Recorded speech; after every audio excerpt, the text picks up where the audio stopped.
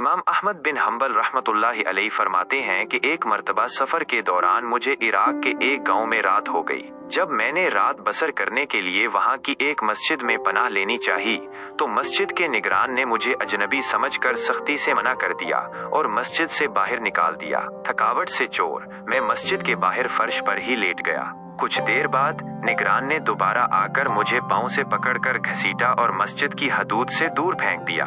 इस हालत में एक नेक दिल और खुदा तरस शख्स ने मुझे देखा। उसने मेरी हालत पर रहम खाया और मुझे अपने घर चलने की दावत दी। मैंने उसकी मेहरबानी कबूल की और उसके साथ चल पड़ा।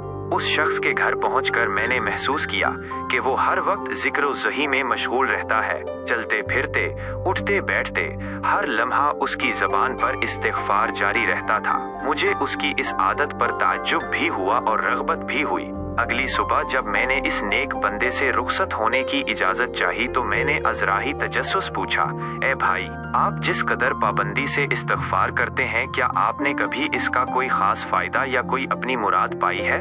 उसने जवाब दिया, यकीनन अल्लाह तालीज़ ने मेरी हर दुआ कबूल फरमाई है, सिवाय एक मुराद के जो अभी तक पूरी नहीं हुई। मैंने पूछा, वो कौन सी मुराद है? उसने हसरत से कहा, मेरी दिली तमन्ना है कि मेरी मुलाकात इमाम अहमद बिन हम्बल रहमतुल्लाह अलैह से हो जाए। मैं इनके इल्म और तकवीज़ के बारे में बहुत कुछ सुन चुका हूँ और उनसे फैज़ हासिल करना चाहता हूँ। ये सुनकर मेरी आंखों में नमी आ गई। मैंने अपना तारुफ करवाते हुए कहा, ए भाई, मैं ही अहमद बिन हम्बल हूँ और आपने अपनी आंखों से देख लिया कि किस तरह अल्लाह तालीज़ ने मुझे घसीट कर आपके पास पहुँचा दिया। शायद ये आपकी कसरत इस्तिग़फ़ार और सच्ची तलब का ही नतीजा है। ये सुनकर इस नेक शख्स की खुशी की कोई इंतहा ना रही।